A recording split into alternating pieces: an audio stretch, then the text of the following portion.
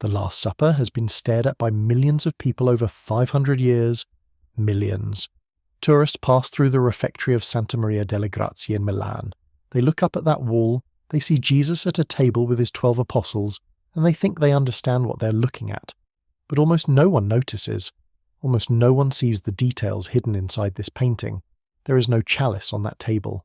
In a painting explicitly about the moment Jesus blessed the wine that would become sacred to the church, there is no holy cup anywhere to be found. There's a hand that doesn't belong to anyone sitting at that table, a disembodied hand holding a knife, the blade pointed directly at the bread and the wine. There are musical notes encoded into the bread rolls themselves, a 40-second requiem that remained invisible for 500 years until a musician discovered it in 2007. And there is a figure that the church has always called John, the youngest apostle, but some scholars argue is something far more controversial, far more dangerous. A woman, Mary Magdalene. A figure the medieval church wanted erased from history entirely. These aren't accidents. These aren't errors of a painter working too quickly. These are intentional choices, hidden messages woven into the most famous religious painting in the world. And this is how the story began. We're going back to April 15th, 1452. The town of Anciano, near a small village called Vinci, in the Republic of Florence.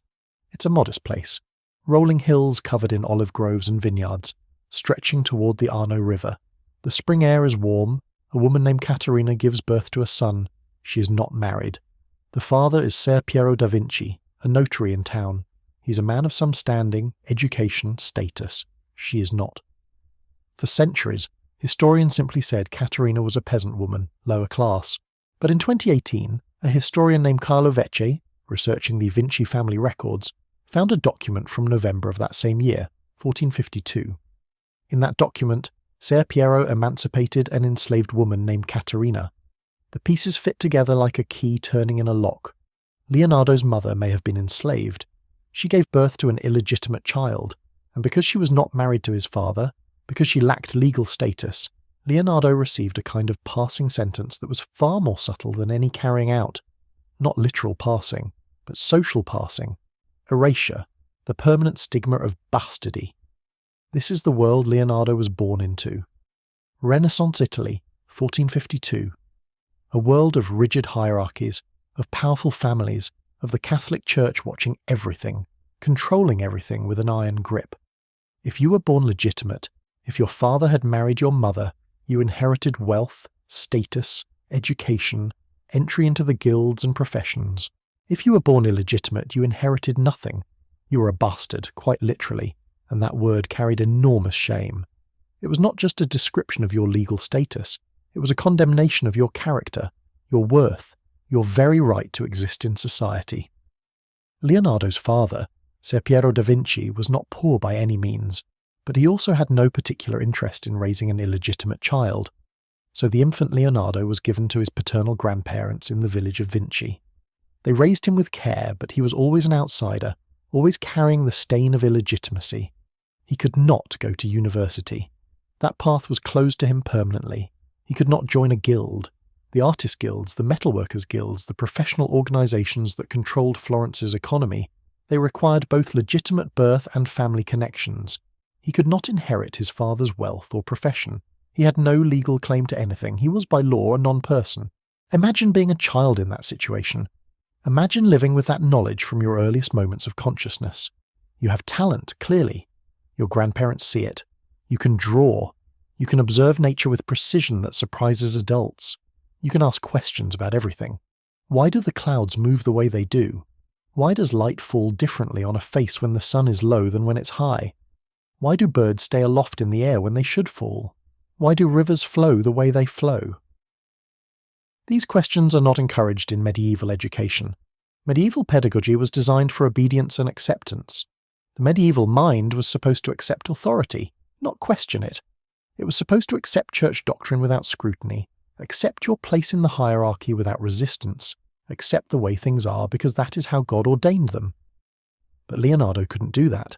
Something in his nature compelled him to know, and because he had nothing to lose socially, nothing to inherit, no path of respectability available to him, he had nothing to protect. He could follow his curiosity wherever it led. He had no reputation to preserve. He had no status to maintain. In a strange way, his illegitimacy set him free. Around 1466, when Leonardo was 14 years old, something unexpected happened. His father made an extraordinary decision. Perhaps he saw the talent. Perhaps he visited his bastard son and was amazed at what the boy could do. Perhaps someone in Florence recommended the boy to him. Or perhaps Ser Piero simply realized that the boy had no future in the village of Vinci and needed to be placed somewhere he could use whatever abilities he possessed. He arranged for Leonardo to apprentice with one of the greatest artists in Florence, a master sculptor and painter named Andrea del Verrocchio. Verrocchio was renowned. His workshop was one of the most prestigious in Italy. It trained sculptors, painters, metalworkers, the future masters of Renaissance art. It was a closed world, a guild world. Boys from respectable families, sons of other artists, members of the guilds, boys who had legitimacy, who had connections, who had futures. And into this world came an illegitimate bastard from a village no one had heard of. It should have been impossible. It should have been a scandal. But Leonardo had something else. He had genius, and that genius was so undeniable that all the social rules had to bend around it. Verrocchio must have seen it immediately, the way the boy handled a stylus or a brush, the precision in how he observed proportion and anatomy, the mathematical exactness in his understanding of perspective and light, the way his mind seemed to work 3 steps ahead of what his hand was doing. In Verrocchio's workshop there were strict hierarchies. The master was absolute authority. The apprentices did the foundational work. They did the underpainting, prepared the panels from raw wood, ground the pigments, mixed the colours, prepared the backgrounds. The master painted the important parts, the faces, the focal points. This was how it worked. You had to earn the right to paint the main figure. You worked for years, for decades sometimes, before you got there. You had to prove yourself through patience and obedience and technical mastery. But Leonardo was different. We know this because of one painting, a painting that survives in the church of San Salvi in Florence. Verrocchio was commissioned to paint the baptism of Christ. It's a relatively straightforward religious subject. John the Baptist is baptizing Jesus Christ in the Jordan River. Angels watch. They stand at the side of the scene. Verrocchio painted the main figures himself. He painted Jesus. He painted John the Baptist. He painted the landscape. He did the central composition. But there is an angel on the left side of the painting. The leftmost angel, kneeling, watching the baptism with an expression of profound beauty and gentleness. This angel is rendered with such strikingly sophisticated understanding of human form, with such sensitivity to light and shadow, with such clear understanding of human anatomy and the subtle play of expression across a face, that for centuries art historians debated who painted it. Eventually, consensus settled on the answer.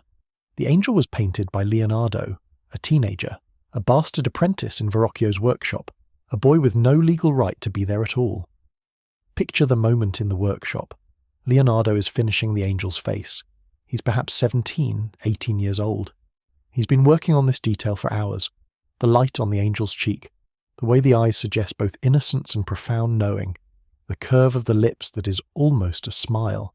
And Verrocchio walks in, the master of the workshop, the man who can reject your work with a word, who can throw you out, who has authority over whether you continue your apprenticeship or are sent back to your village in disgrace. Verrocchio looks at the angel. He stops. He looks for a long time. The workshop goes quiet, and Verrocchio, according to legend, according to the stories that circulated after, Verrocchio stepped back. He looked at his own painting, and he looked at Leonardo's angel, and he said nothing.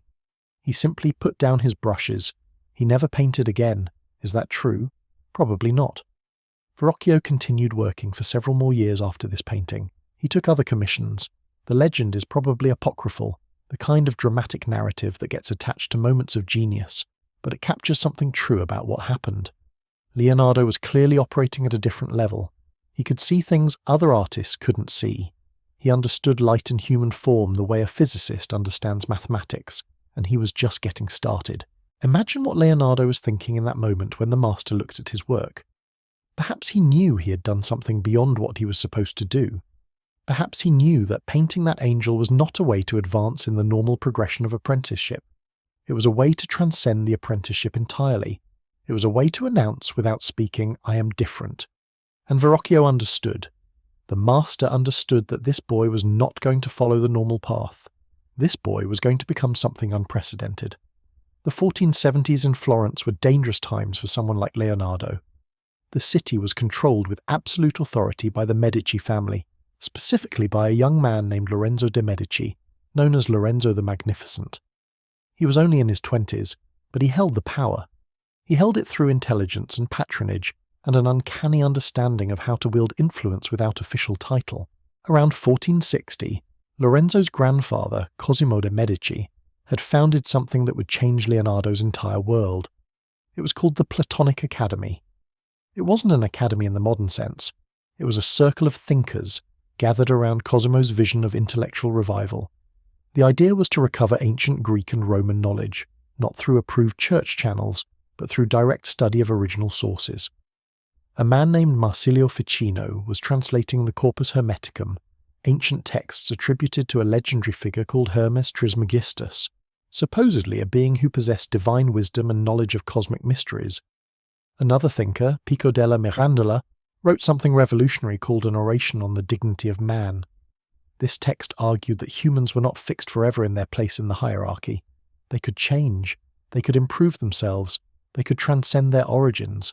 These ideas were revolutionary. They were also dangerous to church authority, but in Florence, under Lorenzo's protection, these ideas circulated like underground water. Leonardo was drawn to this world. He had no formal education, so he couldn't access it through universities. But he could access it through networks of patronage in Florence, through artists and thinkers who were fascinated by the same questions he was fascinated by. He was not part of the official Platonic Academy, but the ideas seeped into his mind like water into thirsty ground. They shaped him. They would guide his entire life. And then something happened that would mark Leonardo forever. In April of 1476, when he was 24 years old, an anonymous denunciation was filed against Leonardo at the Palazzo della Signoria, the seat of Florence's government. The accusation was sodomy, a mortal sin under church law, a crime that was theoretically punishable by passing. Sodomy was considered an offence against nature itself, against God's order. It was the gravest sin imaginable in medieval Florence. The accusation was filed in the tamburo, the denunciation box, a mechanism that Florence used to allow anonymous informants to report crimes to the authorities. People would drop their accusations into this wooden box, unsigned, unwitnessed, in secret. It was how Florence encouraged vigilance. It was also how people settled grudges. It was how reputations could be destroyed. Leonardo was not alone in the accusation. The denunciation named 3 other men as well. But for Leonardo this was devastating. Or it should have been. The accusation was anonymous, which was the problem from the authorities' perspective. Florence law required that sodomy charges come from signed denunciations. An anonymous accusation had no legal standing. The charges were dismissed. The authorities looked at the written accusation, saw that it bore no signature, and they filed it away. But then something remarkable happened. Remarkable. Someone resubmitted the exact same accusation. In June of 1476, just 2 months later, the tamburo received another denunciation against Leonardo, using nearly identical language. And it was still anonymous, still unsigned. And so, the charges were dismissed again, without witnesses, without evidence, without any proof whatsoever. The legal process protected Leonardo in a way. The formality of the law, which required signatures, saved him. But the shame remained. Social shame is different from legal shame. The legal authorities might drop the charges, but the city knew. People knew. They whispered about it. They talked in the workshops. They gossiped in the markets. They discussed it in the monasteries. Leonardo carried that mark, that accusation of the most heinous sin the medieval church recognized. It followed him. It would follow him for the rest of his life. He was never convicted. There was never any proof. But the accusation itself was a kind of poison that lingered. Some scholars argue that this incident pushed Leonardo even further toward seeking knowledge and understanding the universe in ways the church approved of. It pushed him toward seeking patronage from powerful men who would protect him. It pushed him toward seeking distance from Florence, from the eyes of those who whispered about him. It was one of the reasons he would leave the city, one of the reasons he would spend his life seeking freedom through the protection of powerful men, One of the reasons he learned to hide, to encode, to trust no one completely. The accusation taught him that society could turn on you at any moment, that your reputation, your standing, your entire future could be threatened by an anonymous denunciation, and that the only defense was power, the protection of someone stronger than yourself. By the 1480s, Leonardo was in his 30s. He had officially finished his apprenticeship with Verrocchio. He was technically a master painter. He should have been thriving in Florence, accepting commissions from wealthy merchants and the church, building a reputation, accumulating wealth. But Florence didn't have enough work for him, and he was restless, intellectually restless. He wanted more than commissions. He wanted space to think, to experiment, to pursue projects that fascinated him, rather than projects that simply paid the bills. He wanted freedom. So in 1482, Leonardo made a decision that would change everything. He left Florence, he left Tuscany, he went north, he went to Milan. When Leonardo arrived in Milan in October of 1482, he brought with him a letter. The letter was addressed to Ludovico Sforza, the Duke of Milan, a ruler known equally for ruthlessness and enlightened patronage. The letter is preserved in historical records. We can read the exact words Leonardo chose. In it, he offered to build for Ludovico all manner of military innovations and weapons. "I can construct compact bridges, light and strong and of easy transportation," he wrote. "I can design cannons of most useful and easy portability. I can make covered vehicles safe and unassailable, which will enter the thick of the enemy with their artillery." He described tanks essentially, covered vehicles with moving parts designed for siege warfare. He described bridges that could be quickly assembled and disassembled to allow armies to cross rivers and valleys. He described cannons and catapults and weaponry that would give the Duke advantage in the brutal conflicts of Italian politics. All described with technical precision, with mathematical detail, with the kind of engineering knowledge that comes from careful study and observation. And then, at the very end of the letter, almost as an afterthought, he mentioned, "In time of peace, I believe I can give perfect satisfaction, and to the equal of any other in architecture and the composition of buildings public and private, and in guiding water from one place to another. Item, I can carry out sculpture in marble, bronze, or clay. Likewise in painting I can do every kind of work as well as any other, whoever he may be." The painting part. After describing military inventions, engineering feats, architectural innovations, Leonardo mentions painting almost apologetically, as if it's a minor skill compared to the more important things he can do. The letter is a masterpiece of rhetorical strategy. It's saying, here is everything I can offer you, here is why you should hire me. But the painting part, that was secondary. Leonardo understood what he needed to do to survive. He needed to be useful. He needed to offer something a powerful man wanted, so he offered power. Military power, competitive advantage, innovation that would make Milan stronger. Ludovico Sforza read the letter. He was impressed. He was a pragmatic ruler. He needed military innovations. He needed engineering expertise. And he recognized that the man who could design tanks and bridges and weapons could also create art. Ludovico hired him, and what happened next was extraordinary, unprecedented in Renaissance patronage. For 17 years, from 1482 to 1499, Leonardo worked in Milan. Ludovico gave him something he had never had before, complete creative freedom, almost no constraints. "Work on whatever interests you," the Duke essentially said. "Pursue whatever questions fascinate you." The Duke wasn't asking for constant output. In those 17 years, Leonardo completed only about 6 paintings. But in those same 17 years, he filled hundreds of pages with drawings and observations and designs. He sketched flying machines. He studied water. He designed weapons and fortifications. He worked as a court engineer and a set designer and a musician. Yes, a musician. Leonardo was renowned throughout Italy as one of the finest players of the lira da braccio, a bowed string instrument, almost like a violin but different. He would play and improvise poetry at the same time. He was a poet and a musician and an engineer and a painter all at once. And in 1495 something remarkable happened. Ludovico wanted Leonardo to design and construct a mechanical knight.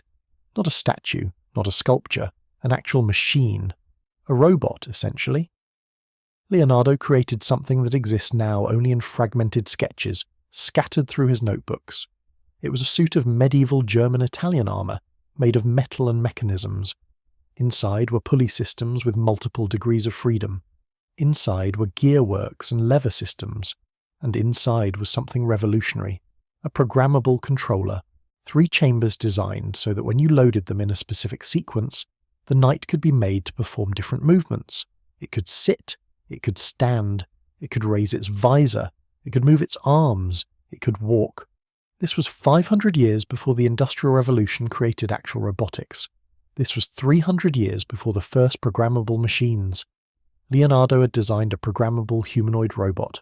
It was shown at a pageant at the Sforza court in 1495, and it actually worked. Imagine seeing that. A suit of armour, moving on its own, performing actions with precision. In 1495, to an audience of court nobles, that would have looked like magic, or sorcery. It would have been terrifying to most people. To Leonardo, it was a logical extension of understanding how mechanisms work. It was obvious. But no one had ever thought to do it before. But before the mechanical knight, there was the Last Supper. It began in 1495. Ludovico wanted Leonardo to paint a religious scene in the refectory of Santa Maria delle Grazie, a monastery in Milan. The subject was the Last Supper, the moment Jesus gathered with his 12 apostles the night before his arrest and carrying out. It was a subject that had been painted hundreds of times, but Leonardo wanted to do something different. He wanted to capture a specific moment. The moment right after Jesus says, "One of you will betray me." It's a moment of shock, chaos. Each apostle reacts differently, and in the center, absolutely calm, is Jesus. Leonardo rejected the traditional method of painting a fresco. Fresco is when you paint on wet plaster. It's durable, but it's unforgiving. You can't erase. You can't change your mind. Leonardo didn't want to work that way. He wanted to work slowly. He wanted to think about every brush stroke, so he used an experimental technique. He prepared the wall with a special ground, and he painted with tempera and oil on the dry surface. It was innovative. It was also a disaster, technologically speaking. The paint began to deteriorate within years. By the 1600s, the Last Supper was already falling apart. For 500 years, people have been arguing about what was original Leonardo and what was restoration. But even in its damaged state, you can still feel the power of what Leonardo did. This was a moment in art history. This was the shift from medieval religious iconography to Renaissance realism. But there was something else going on in this painting. Something Leonardo hid. The most obvious detail is the simplest one. There is no chalice. There is no cup. In a painting of the Last Supper, the holiest moment in Christian tradition, there is no visible cup anywhere on the table. Wine is mentioned. Jesus blessed wine, but the chalice is missing. You would think that's odd, but almost no one notices. Then there's the hand. There is a hand holding a knife, but the hand doesn't belong to anyone sitting at the table. You cannot trace it back to any apostle. It's a disembodied hand emerging from somewhere outside the frame. Whose hand is it? What is the knife doing? Is it about to stab the bread? Is it about to destroy the missing chalice? And then there's the figure that tradition calls John, the youngest apostle. Leonardo painted this figure next to Jesus, on his right side. But some scholars have asked a dangerous question. What if that's not John? What if that's Mary Magdalene? The woman who, according to the Gospels, anointed Jesus' feet with expensive perfume. The woman the church wanted erased from the story. There is a V-shape in the painting. It's formed by Jesus' body and the body of the figure next to him. A V-shape, the symbol of the feminine. And if that figure is Mary Magdalene, then the missing chalice takes on new meaning. Because according to medieval legends, Mary Magdalene carried the Holy Grail out of Jerusalem. She protected it. The Holy Grail was the cup that caught Christ's blood. It was also, according to other legends, a woman, the divine feminine, hidden, protected, erased by the church. Leonardo was not a heretic. He didn't challenge the church directly. But he was a thinker influenced by Neoplatonism, by the recovery of pagan wisdom, by the idea that the divine contained both masculine and feminine principles. That truth could be hidden in symbols and images, and had to be uncovered through careful study. And then there are the musical notes. In 2007, nearly 500 years after the painting was created, a musician named Giovanni Maria Palla was examining the Last Supper carefully. He drew horizontal lines across the painting, through the bread rolls, through the hands, through the positioning of objects. And when he looked at those lines as musical staff lines, he found notes. When read from right to left, the way Leonardo's mirror writing goes, those notes created a melody, a 40-second requiem, a funeral mass, a song for the dead. When you hear them, they are haunting, they are beautiful, they are mournful, exactly what you would expect from music hidden in a painting about betrayal and approaching passing. 500 years. The Last Supper has been stared at by millions for 500 years. These hidden messages were invisible until modern times, until technology allowed us to zoom in, to measure with precision, to notice the absence of things that should be there. What else did Leonardo hide? What else was right in front of us? And why did the church allow this painting to survive at all? Why, if it contained such dangerous messages, did they not destroy it? Did they not understand? Or did they understand and choose to preserve it anyway, recognizing that genius transcended doctrine? Perhaps because the church didn't understand what they were looking at. Leonardo hid his messages so well that even the most careful eye wouldn't see them, not for centuries. Perhaps because the painting was made at a moment when the Renaissance was just beginning, when questioning authority was becoming acceptable among educated people, including some in the church itself. Or perhaps the church did understand, and the painting survived because it was too beautiful, too obviously the work of genius for even the church to destroy. But Leonardo's relationship with the church would become more complicated, more dangerous, more fraught with consequences. Before that happened, before Rome, before France, there was the fall of Milan. In August of 1499, the French King Louis XII invaded Milan. He invaded with an army. He conquered the city. Ludovico Sforza, Leonardo's patron, the man who had given him 17 years of freedom and support, was deposed. He was captured. He was thrown into a prison in France where he would spend the rest of his life. The golden age was over. Leonardo had spent 17 years building a life in Milan, establishing himself as the greatest artist and engineer in Europe. 17 years of relative peace. And then it all ended. Leonardo had to leave. He was in his late 40s. He had to start over. He had to go back to Florence, back to the city he had left so many years ago. But Milan had changed Leonardo. He had tasted freedom. He had tasted patronage without constant demands. He could never go back to being just a court painter churning out portraits. The Last Supper, the Mechanical Knight, the years of design and innovation, they had transformed him. He was Leonardo. He was a name that meant genius, innovation, the union of art and science.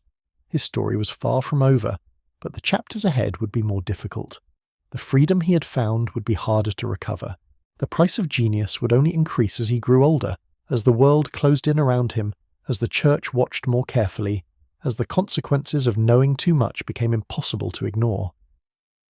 This is the story of how Leonardo became a secret keeper, how he learned to hide what he knew, how he learned to encode his vision in images and symbols that the casual eye would miss, how he learned to exist in the spaces between what was allowed and what was forbidden.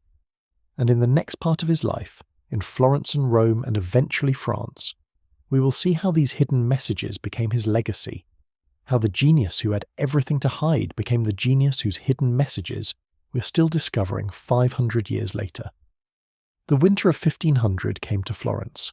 Leonardo had returned. After 17 years in Milan, he was back in the city of his youth. He was nearly 50 years old. His hair was already greying. His face carried the lines of a man who had thought deeply about everything, a man who carried mysteries. The city that had once rejected him now wanted him back.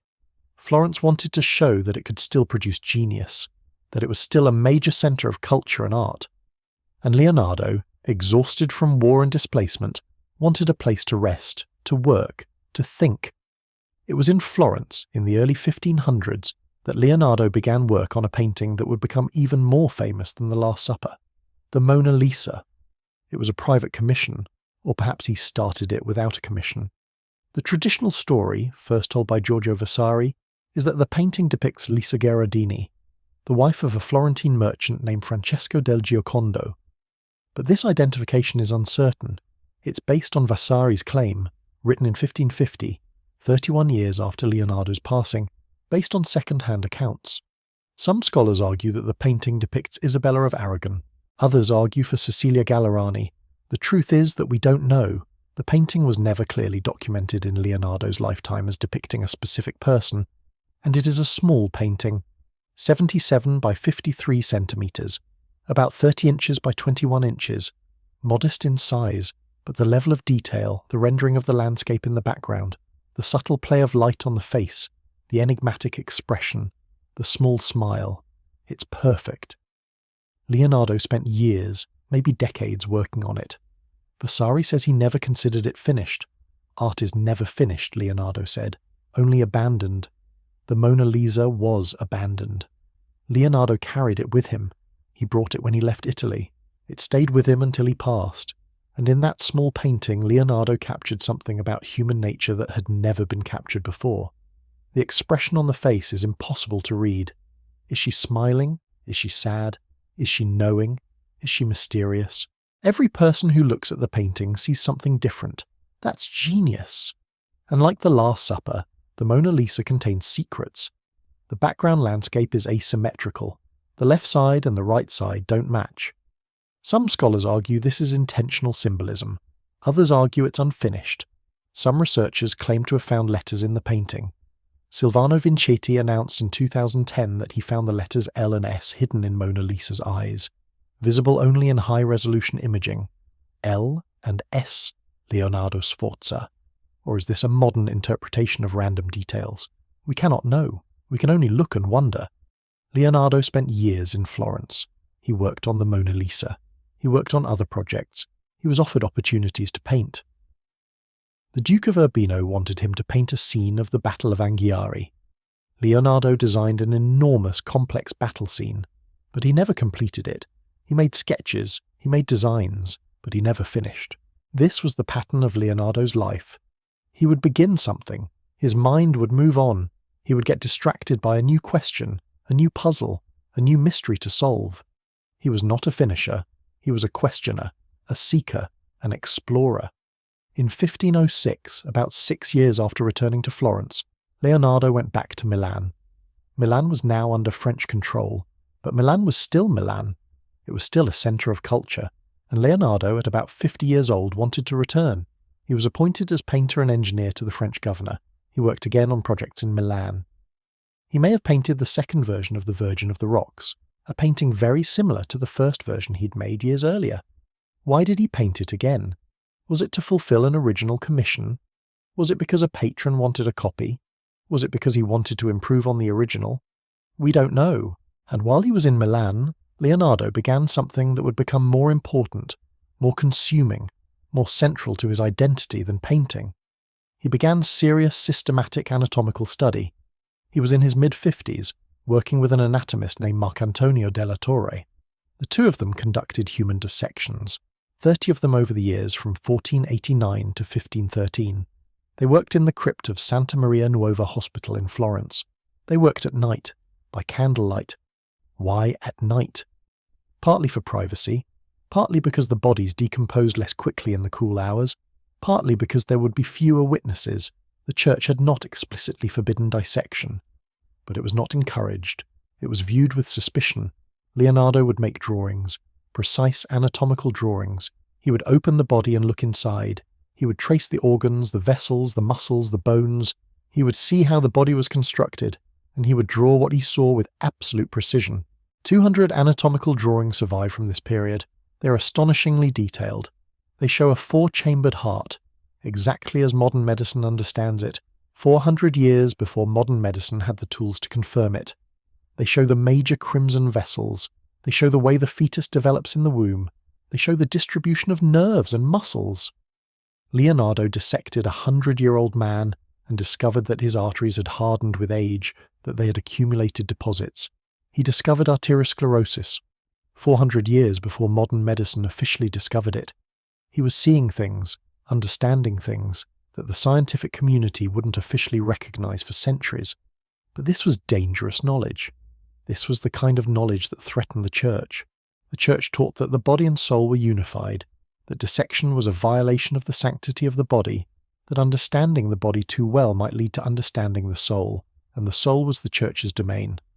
The church taught that God had created the body in God's image, and to cut open the body, to study it, to reduce it to mechanism, was to commit a kind of heresy. And Leonardo, with his relentless curiosity, his need to understand, his conviction that observation and measurement and drawing were the path to truth, Leonardo was doing exactly what the Church feared. By 1513, Leonardo was 61 years old. He was the most famous artist in Europe. Everyone wanted him. The French king wanted him. The Pope wanted him. He had become a legend. And in March of 1513, something unexpected happened. A young man named Giovanni de' Medici was elected Pope. He took the name Leo X. The Medici family had finally secured the papacy, and one of the first things Pope Leo X did was invite Leonardo to Rome. Leonardo was brought to Rome. He was given rooms in the Belvedere courtyard of the Apostolic Palace, the Vatican itself. He was given a monthly stipend of 33 ducats. He was free to work on whatever interested him. He was in the presence of the greatest artist of the age. Michelangelo was in Rome. Raphael was in Rome. The three greatest artists of the Renaissance, all in the same city, all under the patronage of the same Pope. It should have been perfect, but it wasn't. Because at some point the Pope heard that Leonardo was conducting human dissections. The Pope heard that Leonardo was dissecting bodies in the hospital, and the Pope decided that Leonardo had to stop. There are reports that the Pope heard Leonardo had insulted him, that Leonardo had said something disrespectful. But the core issue was clear. Leonardo was doing things the Church didn't approve of. He was stewarding anatomy in ways that seemed dangerous. The Pope's response was direct. Leonardo was no longer allowed to conduct dissections in Rome. A papal decree ended it, and Leonardo, for the first time in his life, was directly confronted with the limits of papal tolerance. He had support from the Pope, he had protection, but there were boundaries.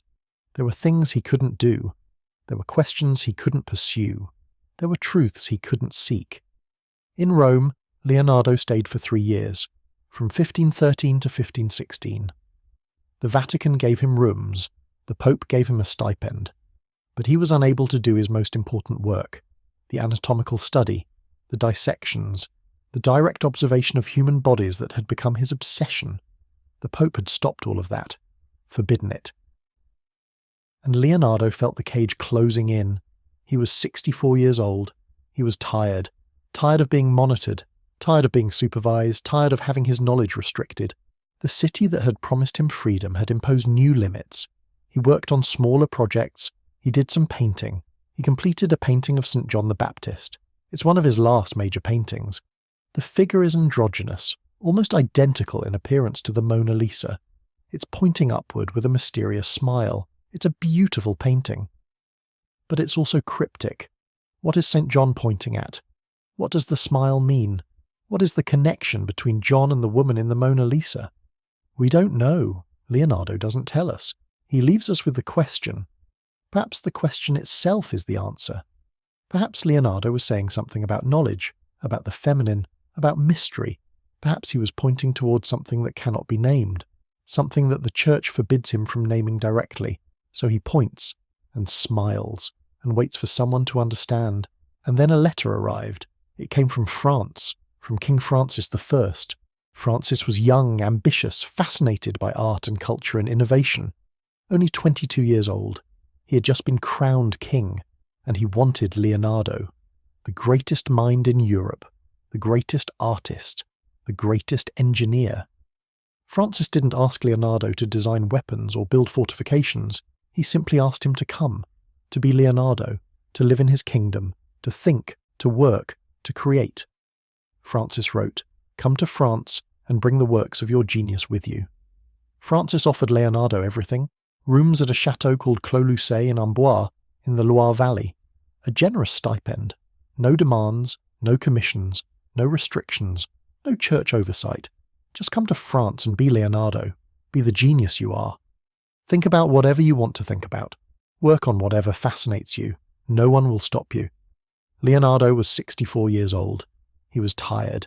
He had spent his entire life fighting against poverty, against illegitimacy, against the limits of his society, against the church, against the constant struggle to survive, against the voices that told him he didn't belong, that he would never belong, that he was marked forever by what others had whispered about him. And Francis was offering him something he had never been offered: peace, the chance to rest, the chance to just think. The kind of freedom he had found once with Ludovico Sforza in Milan, but even more generous. More generous because there were no political machinations, no wars threatening to displace him. Just a young king who respected genius and wanted to protect it. Leonardo accepted. He gathered his possessions, his paintings, the Mona Lisa, which he had carried with him for years, still not quite finished, still not quite abandoned, St. Anne, St. John the Baptist. He gathered his notebooks, thousands of pages of sketches and observations, his entire life of learning and questioning documented in drawings and mirror writing. He said goodbye to Francesco Melzi, who would go with him. He said goodbye to Rome, goodbye to the Vatican, goodbye to the Pope who had forbidden his dissections, and he travelled to France. He packed his things, he gathered his paintings, the Mona Lisa, St. Anne, St. John the Baptist. He gathered his notebooks, thousands of pages of sketches and observations, and he travelled to France, to the Loire Valley, to a small chateau called Clos-Lucé. He arrived in the fall of 1516. He was invited to dinner with King Francis. The king wanted to pay his respects to the aging genius, and according to one account, according to Vasari writing 31 years later, based on second-hand accounts, Francis I held Leonardo's head in his arms as the old man passed. It's a beautiful image, the king honouring the artist, the powerful man humbling himself before genius. But it probably didn't happen that way. Francis I was not in Amboise on May 2nd, 1519, the day Leonardo passed. Francis was in another city celebrating the birth of his second son. The story was invented. Leonardo probably passed in his room, with a few attendants, alone, or with Francesco Melzi, his closest student, his heir, his beloved. We don't know. The truth was not as romantic as the legend. Leonardo passed on May 2nd, 1519. He was 67 years old. He had been born into illegitimacy, into poverty, into a society that wanted to erase him. He had become the most celebrated mind of his age. He had created paintings that changed the course of art. He had invented concepts that wouldn't be realized for centuries. He had understood the human body in ways that preceded modern science. And at the moment of his passing, hardly anyone understood what he had truly accomplished. Most of his notebooks were disorganized, scattered. Most of his inventions existed only as sketches. Most of his paintings were unfinished. The Last Supper was already deteriorating. His legacy was not the great works everyone could see. His legacy was hidden in notebooks, in sketches, in unfinished ideas, in questions that would take centuries to answer. And in those notebooks, hidden in mirror writing, hidden in drawings, hidden in the margins of pages, Leonardo left messages, messages that we are still discovering, messages that are still revealing themselves, the musical notes in the Last Supper, the hidden letters in the Mona Lisa's eyes, the asymmetrical landscape, the missing chalice, the disembodied hand, the ambiguous figure that might be John or might be Mary Magdalene. The genius hid messages in his paintings, not because he was paranoid, not because he was trying to start conspiracy theories 500 years later, but because he was living in a time when certain ideas were dangerous, when certain questions could get you called a heretic, when the church was watching, when the powerful were listening, and he wanted to encode his vision in a way that would survive, in a way that would be hidden but not erased, in a way that the careful eye, the questioning mind, the seeker of truth might eventually find. This is the story of Leonardo, the making of a secret genius, born in 1452 into shame and illegitimacy, apprenticed to the greatest artist in Florence, accused of sodomy at 24, shaped by the underground of Renaissance thought, by Neoplatonism and the recovery of pagan wisdom, hired by a duke who gave him freedom, creating a painting that changed art forever, designing a robot 500 years ahead of its time, hiding messages in his works, dissecting human bodies by candlelight, running from the church, finding refuge with kings, fading in exile in France with most of his greatest work unfinished, and still, 500 years later, we are finding things he hid. Still, we are decoding his messages. Still, we are asking what he was trying to tell us. What knowledge did he preserve? What did he know that the church wanted kept secret? What truth was so dangerous that it had to be encoded in symbols and images and hidden in plain sight? These questions will follow us into the next part of Leonardo's story, but for now, rest in the knowledge that genius was here. Genius was real.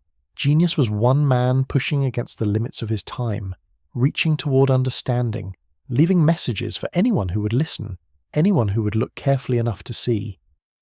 Leonardo's life was a constant negotiation between what he wanted to know and what the world allowed him to know, between his drive to understand creation itself and the Church's insistence on maintaining mystery and authority, between his need for truth and the social structures designed to suppress certain truths. He lived in the spaces between, in the gaps, in the margins of painted works, in the thousands of pages of notes that would scatter after his passing, preserved only because Francesco Melzi loved him enough to save them, to understand their value even when the world didn't. This is why the hidden messages matter. This is why the missing chalice in the Last Supper matters. This is why the musical notes matter. This is why the asymmetrical landscape in the Mona Lisa matters. They are not accidents. They are not accidents of an unfocused genius. They are intentional acts of preservation. Leonardo was trying to preserve truths that the Church wanted erased. He was trying to encode knowledge in a way that would survive, in a way that would be safe, in a way that required the viewer to ask questions, to look carefully, to think deeply, to refuse the surface explanation and dig deeper. Perhaps that is the greatest gift genius can give. Not the finished paintings, not the completed inventions, but the invitation to keep looking, the invitation to keep questioning, the invitation to decode the messages he left behind, the invitation to understand that knowledge itself, true knowledge, requires patience and careful observation and the willingness to see what others miss. This is Leonardo's legacy, not just the paintings and drawings that survive, but the insistence that there is always more to see. There is always something hidden. There is always a message if you look carefully enough, if you question deeply enough, if you're willing to spend 500 years, if necessary, learning how to see. Leonardo da Vinci hid messages in his paintings for 500 years, and the Church tried to destroy every one. Voiceover, script, the coded masterworks and the Church, 1499 to 1519, of 2, runtime, approximately 45 to 50 minutes. Word count target, 7,500 plus, opening, soft, dreamy tone, rain sound under. When Louis XII of France invaded Milan in August of 1499, he didn't just topple a duke, he scattered the dreams of a genius. Leonardo, now 47 years old, watched the Sforza monument, that colossal bronze horse he'd designed, refined, and spent a decade envisioning, collapse into sketches and memory. The metal was never cast. The monument never rose from the ground. All that remained were drawings on fragile paper and a deep, private wound. He packed what he could, his notebooks, his paintings, and he ran back to Florence, the city that had almost convicted him of sodomy 23 years earlier. The city that, despite everything, was home. But Florence wouldn't hold him. Neither would Rome. The paintings he created in these years, while running, while aging, while being hunted by forces he couldn't quite name, these paintings became mirrors. And in their glass, Leonardo embedded something more than artistry. He embedded defiance. This is the coded masterworks and the men in silk who wanted them destroyed. Section 1. Return to Florence, 1500 to 1501. The River Arno looked the same. The Duomo's dome still caught the light at the same angles, but Florence had changed Leonardo, or perhaps Leonardo had finally understood Florence, a city of merchants and bankers who measured genius in ducats, not dreams. When he arrived in 1500, he was already infamous. Not infamous like a criminal, infamous like a prophet that nobody quite believes. People whispered about his machines. They whispered about the corpses he'd studied in hospital crypts. They whispered that he was too brilliant to be entirely faithful to the Church. The Signoria, the ruling council, wanted something from him. They always did. They always wanted the genius to prove he could finish something. Leonardo took a commission to paint a massive battle scene, the Battle of Anghiari, in the Palazzo della Signoria. He would face Michelangelo, who was working on the opposite wall with the Battle of Cassina. Two titans competing, two visions of male power and conflict. Leonardo would abandon the commission in 1506. He rarely finished. Never finished was his signature. But first came something else, something that would haunt the world for 5 centuries and counting. In 1503, a silk merchant named Francesco del Giocondo asked Leonardo to paint his wife. Her name was Lisa Gherardini. She was around 30 years old, wealthy, socially unremarkable, the kind of woman most painters would render with the blank, prettified stare required of Renaissance portraiture. A wife displayed like property, a demonstration of the merchant's good taste and disposable wealth. Leonardo did something different. Section 2. The Mona Lisa, the mystery that wouldn't die. Microhook 1. Approximately 500 words covered. The painting is small, 77 by 53 centimeters, less than a yard wide. It fits in your hand if you're holding a giant's hand. The wood is poplar. The paint is multiple layers. 40, some estimates say, each one thinner than a human hair. The technique is called sfumato, smoke. The colours don't edge against each other. They dissolve. They breathe into one another like mist becoming water, becoming air. But here's what makes the Mona Lisa impossible to understand. Lisa Gherardini stares back at you, and you have no idea what she's thinking.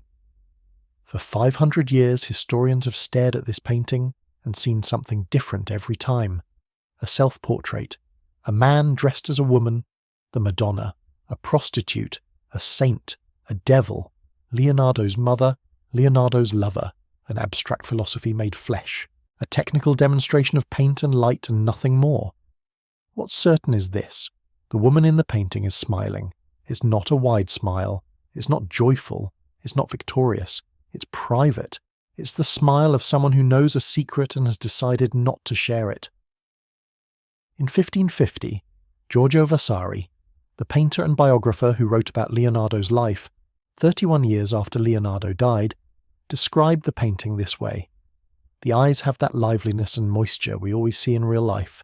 The skin glows with a subtle hue where the arteries show through at the temple, and all the subtle movements of the face are rendered with such truth that you remain spellbound, wondering how a painted mouth could be so alive. Vasari saw something alive, not beautiful exactly, living, conscious. In December 2010, an art researcher named Silvano Vinceti announced something that would send conspiracy theorists into ecstasy. Using high-resolution digital imaging, he claimed to have discovered tiny letters hidden in the painting's eyes. In the left eye, the letter L. In the right eye, the letter S. Visible only through magnification and digital exclusion of colour and reflex. L and S. Could they stand for Lisa Sforza, Leonardo Sforza? Or were they simply the product of human pattern recognition, finding meaning in meaningless brushstrokes? The scholarly reaction was, shall we say, mixed. Many experts dismissed the letters as pareidolia, the human brain's tendency to see faces and symbols in random visual information, like clouds, or toast, or the dark patches on the moon. The art historian James Beck called the discovery unsubstantial, but Vinceti persisted. He published books, he appeared on documentaries, and millions of people watched and believed. The truth is stranger than the either side admits. We don't know if the letters are real. We don't know if they're intentional, and we may never know. What we do know is that Leonardo never delivered this painting to Francesco del Giocondo. The merchant who paid for a portrait of his wife never received it. Leonardo kept it, carried it with him through Milan, through Rome, through France. On his deathbed, he was still holding it, as if it belonged to him more than it belonged to anyone else, as if it were a conversation with himself that he'd never let anyone hear. Section break. New micro hook approaching. The background landscape is wrong. On the left side, the geological formations are detailed. Rock formations rise higher than on the right. Different elevations, different stone. It's as if the landscape is split. One world on the left, a different world on the right. Art historians call this asymmetry. Some think it's intentional, a symbolic division. The male world and the female world, the earthly realm and the spiritual realm, the visible and the invisible. Others think Leonardo simply left the painting unfinished, that he intended to balance it, and never did. The bridge behind Lisa, if it can be called a bridge, has sparked scholarly arguments for over a century. Some historians argue it's the Ponte Buriano, an arched bridge near the city of Arezzo, about 60 miles south of Florence. Others insist it's the Bobbio Bridge, farther south, in a different region entirely. Leonardo sketched both bridges in his notebooks. He studied bridges the way other men study women or weapons. the obsessive attention of an engineer analysing structure. Why would the identity of a bridge matter? Because it anchors the painting to a real place. And if the bridge is real, then the landscape might be real. And if the landscape is real, then the woman might be a specific person at a specific moment in history, rather than a universal symbol, rather than a cipher for something timeless and abstract. In 1994, art historians announced the discovery of a second Mona Lisa, the Isleworth version, named after the English location, where it had been hanging in obscurity for decades. This painting is also attributed to Leonardo. Same subject, same composition, slightly different dimensions. Some experts believe it's an earlier study, Leonardo's first attempt before he achieved the Louvre masterpiece. Others call it a copy painted by one of his students. Still others claim it's a complete fabrication, a brilliant forgery sold to collectors and museums to make money from Leonardo's fame. Nobody agrees. The art world has spent decades arguing about whether a painting is real or fake, whether Leonardo painted it or someone else did, whether a fake Leonardo is worth less than an authentic nobody. Microhook 2, approximately 500 words covered equals 1,000 total. The truth is, we don't know who Lisa Gherardini was. We don't know what she thought about being painted. We don't know if the letters in her eyes are real. We don't know if the landscape is symbolic or accidental. We don't know why Leonardo refused to deliver it. We don't know what he was trying to say, and that uncertainty, that mystery, is precisely what makes the Mona Lisa the most famous painting in the world. Section 3. The Virgin of the Rocks. Why two versions? There are two paintings called The Virgin of the Rocks. One is in the Louvre in Paris. The other hangs in the National Gallery in London.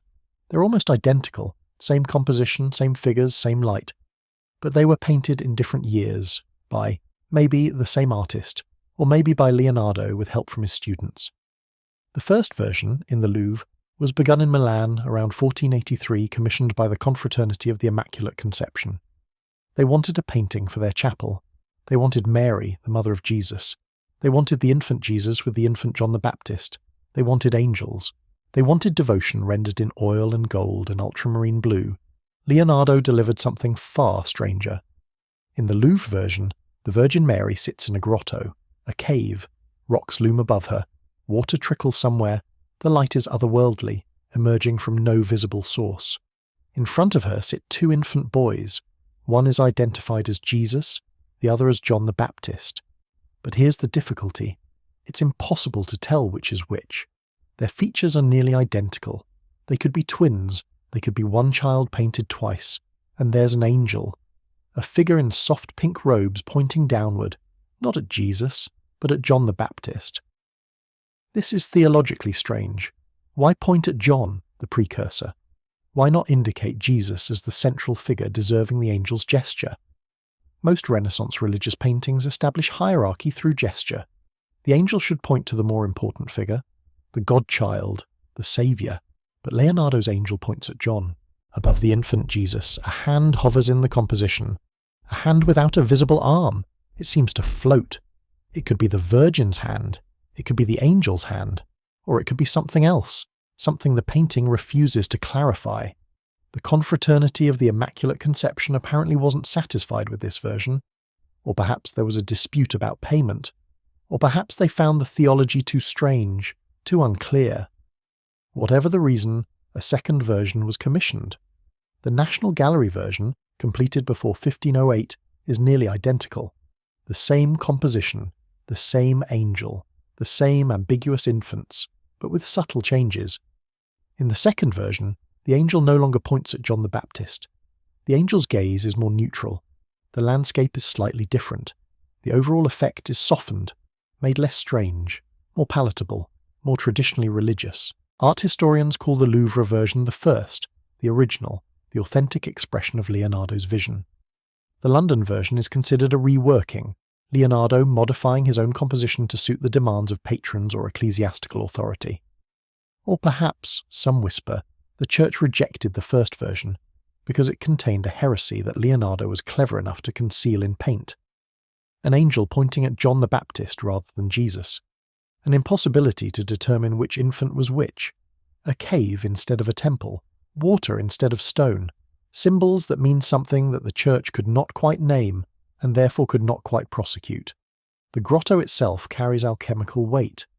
Medieval and Renaissance alchemists used cave imagery to represent the hidden laboratory of transformation, the conversion of base metal into gold, the conversion of matter into spirit, the ascension of the physical into the philosophical. If Leonardo was an alchemist, and his notebooks contain references to alchemical ideas, though he was skeptical of its claims, then the grotto is not mere landscape. It's a location of secret knowledge, a place where mysteries are unlocked. But that's speculation. What we know is that Leonardo painted two versions. What we don't know is why. What we can guess is that the Church's approval or disapproval shaped what we see. Section 4. St. John the Baptist, the ambiguous angel. Around 1515 in Rome, Leonardo completed his final major painting, St. John the Baptist. And it may be the strangest portrait of a saint in the entire history of Christian art. The figure sits in dark shadow. The face is androgynous, neither entirely male nor entirely female. The body is slender, smooth, almost feminine. The hair is long, loose, flowing. The famous Leonardo smile, that private, knowing expression, plays across the lips. The figure points upward with one hand, a gesture that means ascension, transcendence, the spiritual realm rising above the material. St. John the Baptist was known for living in the desert, wearing camel hair, eating locusts and wild honey. He was supposed to be ascetic, severe, marked by hardship. Leonardo painted him as beautiful, sensual, almost seductive, a saint who doesn't look like a saint, a prophet who could be anything. The upward-pointing finger became Leonardo's signature gesture in his final years. The same finger appears in other paintings, always pointing up, always indicating a transcendence that the painting itself never quite demonstrates. The finger says, "Look higher, look beyond this. The real truth is somewhere you can't see." In Rome, under Pope Leo X, Leonardo was watched, investigated, eventually reported for conducting human dissections. The Pope had been young enough to be a Renaissance intellectual, but he was still the Pope. He still had power, and he still enforced the boundaries of what the Church would tolerate. A saint whose gender you can't determine, whose smile suggests knowledge that shouldn't be shared, whose beauty is transgressive. This was Leonardo's final painting, a painting completed in the shadow of ecclesiastical authority, a painting that says without words, "I know something you don't, and I'm hiding it in plain sight." Microhook 3, approximately 500 words covered equals 1,500 total. Section 5. Salvator Mundi, the crystal orb that breaks physics. In 2017, a painting sold at auction for $450 million. $450 million, a single work of art, the highest price ever paid for a painting. The painting is called Salvator Mundi, Saviour of the World. It depicts Christ holding a crystal orb while raising his right hand in blessing. It's Renaissance religious iconography at its most formal. Christ blessing the world, the orb representing the globe, the creation, everything that exists. But there's a problem. The crystal orb doesn't refract light correctly. It violates the basic laws of optics. If you look at how light passes through the sphere, the way it bends, the way it distorts the landscape beneath it, it doesn't match reality. It's wrong. Deliberately, it seems, wrong. Leonardo understood optics. He studied light obsessively. He wrote extensively about refraction in his notebooks. A man who understood optics as deeply as Leonardo did would not make such an error by accident. So the question becomes, is the error intentional? Some art historians argue that Leonardo deliberately distorted the refraction as a way of hiding a message, that the crystal sphere is meant to be impossible, to exist in a realm beyond the laws of physics, just as the divine Christ exists beyond the laws of human nature. Others insist that the painting was largely carried out by Leonardo's studio assistants, that Leonardo outlined the composition and supervised, but didn't actually paint most of it himself, and that a student made a mistake with the optics, a mistake that Leonardo never corrected because he passed before the painting was finished. The painting hasn't been publicly displayed since it sold in 2017. It exists in private collections, secret rooms. The hands that own it keep it hidden. Nobody can verify the current condition. Nobody can assess the details closely. The most expensive painting in the world is locked away from view. This is what happens to Leonardo in the modern era, even now, even with all our technology, even with digital imaging and high-resolution scans. We still can't see clearly, we still have to guess. We still have to argue about whether his mistakes are intentional messages or simply the flaws of an aging man working with assistants. Section 6. The Anatomy Notebooks. Dissection in the Dark. Microhook. 4. Approximately 500 words covered equals 2,000 total. Leonardo spent 30 years dissecting human bodies. 30 years. He conducted over 30 documented dissections, and probably many more that left no record. He worked at night, by candlelight, in hospital crypts and morgues where the gone were stored. His hands were small, precise. He could slice through tendons with the exactitude of a surgeon operating centuries before modern surgery existed. He drew what he saw, every vessel, every organ, every muscle laid bare.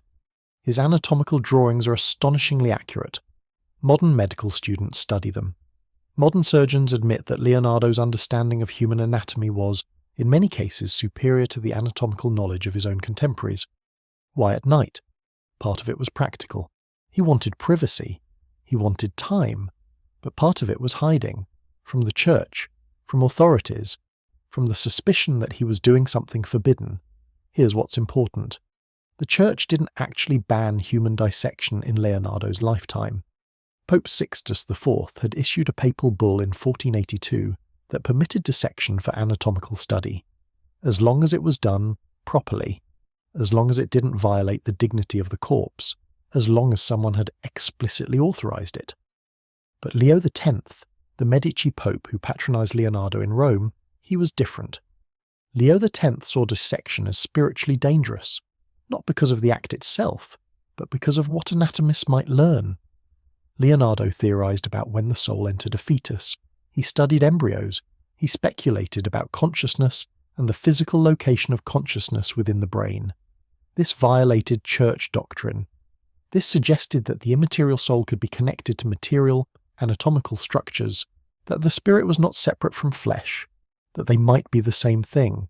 And if they were the same thing, then how could the church maintain the distinction between body and soul? How could it claim that salvation applied to the soul while the body rotted? If consciousness was physical, then consciousness could be studied, measured, understood, controlled perhaps by medicine rather than by theology. So in 1515, Leo X specifically banned Leonardo from entering the Hospital of the Holy Spirit in Rome. This wasn't a general ban on dissection.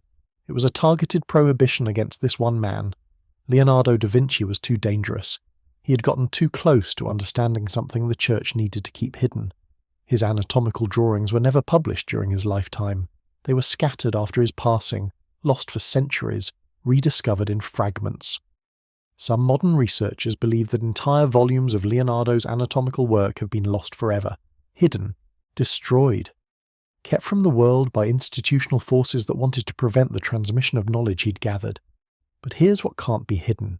The drawings that survived, even the fragmentary ones, even the incomplete studies, they show a man who spent decades in hospital crypts by candlelight, mapping the human body not for God but for himself, for understanding, for the pure intellectual pleasure of knowing something that nobody else knew.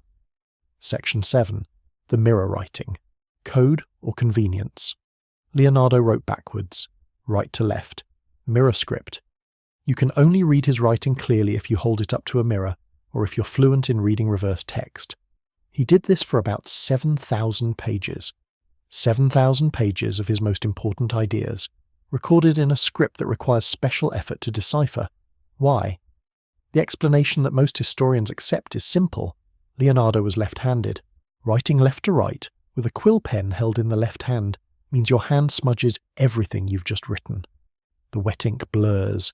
The hand drags across the page. Mirror writing avoids this. You write from right to left, and your left hand moves away from the ink you've just laid down. It's not smudging, it's efficient. But conspiracy theorists have another explanation. Leonardo was hiding, encoding, protecting his ideas from the church by making them invisible to anyone who wasn't willing to take the effort to decode them. Secret knowledge, literally mirrored, hidden in plain sight. The truth is probably both. It was convenient, and it was also secret. Both can be true. Functionality and concealment don't have to contradict. What matters is that 7,000 pages survive. And in those pages, Leonardo recorded everything. His thoughts on war machines, his designs for flying devices, his speculations about the nature of consciousness, his studies of water, light, mathematics, biology, medicine, engineering, architecture. Everything except what people wanted to know about. What he believed about God, about faith, about the church. The mirror writing kept those secrets safe. Microhook 5, approximately 500 words covered equals 2,500 total. Section 8, the hidden inventions, machines that shouldn't exist.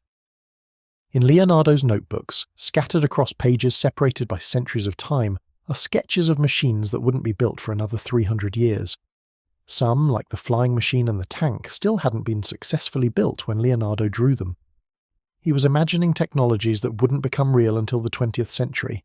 The flying machine, he called it the ornithopter, human-powered wings, a man lying prone, arms and legs working the controls, flapping fabric wings. He never built it. He never flew.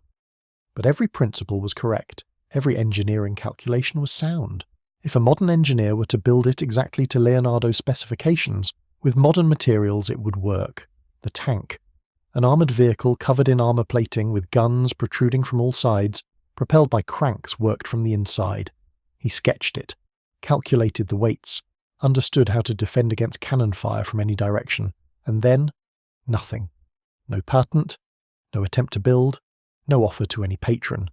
Just drawings in a notebook. The submarine. A wooden hull designed to be watertight. Mechanisms to flood chambers at will, to submerge and surface. He knew how it would work. He understood the principles of displacement and buoyancy, but he never built it. The mechanical parachute, the helicopter with the spinning rotor blade, the diving suit with the air tubes, the self-propelled cart, the solar concentrator, a device to concentrate sunlight and use it as a heat source. Centuries of invention packed into the brain of one man, and then locked away and backwards writing on paper that had to be hidden. Why didn't he build these machines? Was it lack of resources? Lack of interest?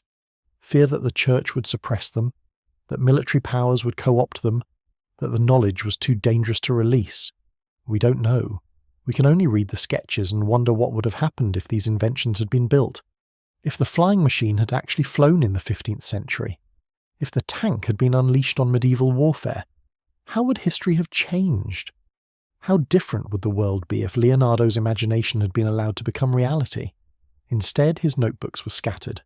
Some pages went to wealthy collectors, some were lost. Some were hoarded by the church, which purchased various collections over the centuries. Knowledge became locked in vaults. Innovation became paralyzed. By the time these inventions were rediscovered in the 20th century, the world had already been shaped by wars and technologies that Leonardo might have prevented or accelerated. We'll never know what could have been. Section 9. Rome and the Medici. Medici Pope, Forbidden Knowledge. Microhook 6. Approximately 500 words covered equals 3,000 total. In September 1513, Leonardo arrived in Rome. He was 61 years old. The Pope, Leo X, was 37. Giovanni de' Medici, nephew of Lorenzo the Magnificent, scion of the family that had supported the Platonic Academy, the school of Neoplatonist philosophy that kept alive ideas the medieval church wanted to suppress. This should have been ideal. The Pope was intellectually adventurous, interested in art, philosophy, science. He appointed Leonardo to a position in the Apostolic Palace, gave him a monthly stipend, provided lodging in the Belvedere courtyard, positioned him alongside Michelangelo and Raphael, the other two titans of the age. For 3 years, Leonardo lived in the Vatican, worked in the heart of church power, designed hydraulic systems for the papal gardens, studied botany and biology, conducted experiments with mirrors and light, and yet, Michelangelo was commissioned to paint the Sistine Chapel. His work was celebrated, displayed, hailed as the pinnacle of Renaissance art. Raphael received lucrative commissions, painted Madonnas and theological visions that pleased both the Pope and the people. Leonardo received a stipend and requests to experiment with varnish formulas, a painting commission that was cancelled when he wanted to try a new varnish technique. he was marginalized. In the heart of power, he was kept at a distance, given tasks that weren't quite painting. Told to innovate with technical methods rather than create religious art, the Pope saw him as dangerous, and Leonardo knew it. His notebooks from this period show bitterness, frustration, the sense that he was being watched, evaluated, assessed for heresy. The sodomy charge from 1476 had followed him for decades. Rumours about his dissections had reached papal ears. His speculations about the timing of fetal consciousness, the physical location of the soul, the mechanical nature of the body, all of this marked him as someone whose thinking was diverging from church orthodoxy. The Platonic Academy that had nurtured Medici family intellectual life had been closed decades earlier. The dangerous ideas it represented, the notion that human reason could approach divine truth, that ancient pagan philosophy contained wisdom as valuable as Christian theology, had been deemed too dangerous. Leonardo represented a continuation of that danger. He was a man who looked at the physical world and assumed he could understand it, a man who believed that knowledge came from observation and experimentation rather than from revelation and faith, a man who, if given freedom, might publish ideas that could undermine the Church's authority. So he was given freedom, just not the kind he wanted. In 1515, the Pope explicitly banned him from conducting further dissections. This wasn't a general ecclesiastical ruling. This was specific. This was aimed directly at Leonardo, because he had gotten too close to something, to some understanding, to some truth about how the human body works that contradicted what the Church wanted people to believe. The ban ended his anatomical research. After 15 years of night dissections mapping the human form, he was forced to stop, at age 63, when he had more to learn than ever before. Section 10, The France Years, Escape and Honour. In 1516, King Francis I of France invited Leonardo to his court. Leonardo was 64 years old, Francis was 22, a young ambitious monarch who wanted to align himself with Renaissance culture, who wanted to embody the idea that a king could be not just a warrior and ruler, but a patron of genius. Leonardo accepted. He packed. He brought his 3 masterpieces, the Mona Lisa, the Virgin of St. Anne, and the St. John the Baptist. He brought his notebooks, thousands of pages of drawings and calculations, and he left Rome forever. The Château du Clos-Lucé in Amboise in the Loire Valley became his final home, a beautiful castle provided by the king, a steady income, freedom to experiment, to think, to design. Everything he'd sought his entire life, and it came to him as he was fading. For 3 years, Leonardo lived in France. His health deteriorated. His hands, which had been the finest instruments of observation and representation in the world, began to fail. But his mind remained restless. He designed fortifications for Francis I. He continued to fill his notebooks with ideas. He experienced for the first time in decades something like peace. On April 23, 1519, Leonardo wrote his will. He left his notebooks to Francesco Melzi, a student and companion who had followed him from Italy to France. Everything else, his paintings, his possessions, was distributed among his family and his servants. The will took one final statement. His life's work, his intellectual legacy, was being passed to a young man with the hope that it would be preserved, protected, eventually shared. On May 2, 1519, Leonardo passed, probably a stroke, alone in Clos-Lucé or with Francesco Melzi by his side. The legend, propagated by Vasari 31 years later, based on second-hand accounts, says that King Francis I was with him, that Francis I held Leonardo's head as he passed, that he wept, that his tears fell onto the greatest genius who ever lived. The truth is more mundane. Francis I was not at Clos-Lucé on May 2nd. He was celebrating the birth of his second son, Henri, at Saint-Germain-en-Laye, about 100 kilometres away. Leonardo passed without the king present, without witnessed glory, just a man in a quiet room, ending. But the legend took hold, and in a way, the legend is what Leonardo left behind, not the truth, the mythology, the haunt, the sense that he was something more than human, something that had to be explained through supernatural stories because the natural facts weren't extraordinary enough. Microhook 7, approximately 500 words covered equals 3,500 total. Section 11. What Francis I actually left for posterity. Here's what actually happened with Leonardo's legacy. Francesco Melzi inherited the notebooks. 7,000 pages. Disorganized, chaotic, filled with sketches and calculations and ideas in mirror writing and margins scrawled with commentary. Melzi spent the rest of his life trying to organize them. He created the Codex Urbanus, a compilation of Leonardo's thoughts on painting, which was eventually published as a treatise on painting and became the standard reference for Renaissance art theory. Melzi passed in 1570.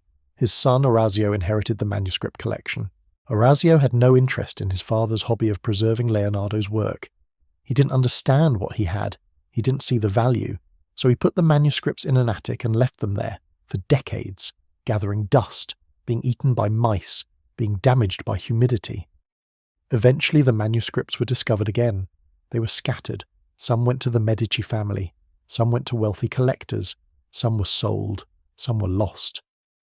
Over the centuries, these fragmented collections have been reassembled by scholars and institutions. The British Library holds some. The Ambrosiana in Milan holds the Codex Atlanticus, over 1,000 pages. The Bill and Melinda Gates Foundation holds the Codex Leicester. Wait, let me say that again. Bill Gates owns Leonardo da Vinci's private notebooks, purchased them at auction in 1994 for $30 million. The most expensive manuscript ever sold. Gates had them digitized. And then he did something remarkable. He released them as screensavers and wallpapers for Windows 95. Think about that. For a few years in the mid and 1990s, anyone with a personal computer could look at Leonardo's sketches, his notes, his ideas. Every device that displayed a Windows screensaver was showing the private thoughts of the man who invented perspective drawing and anticipated mechanical flight by 400 years. More people saw Leonardo's actual handwriting, his actual drawings, his actual thoughts during those few years than had seen them in the previous 300 years combined. The notebooks that survived being hidden in attics, being scattered among collectors, being locked in vaults, they suddenly became democratic. Available. Free. Leonardo, who spent his life running from institutions and authorities, ended up in the hands of a tech billionaire. And that billionaire, despite all his wealth, despite all his power, couldn't suppress the knowledge, couldn't keep it hidden, had to release it. The irony would have amused Leonardo. Section 12. The Priory of Sion, the hoax that became history. Microhook. 8. Approximately 500 words covered equals 4,000 total.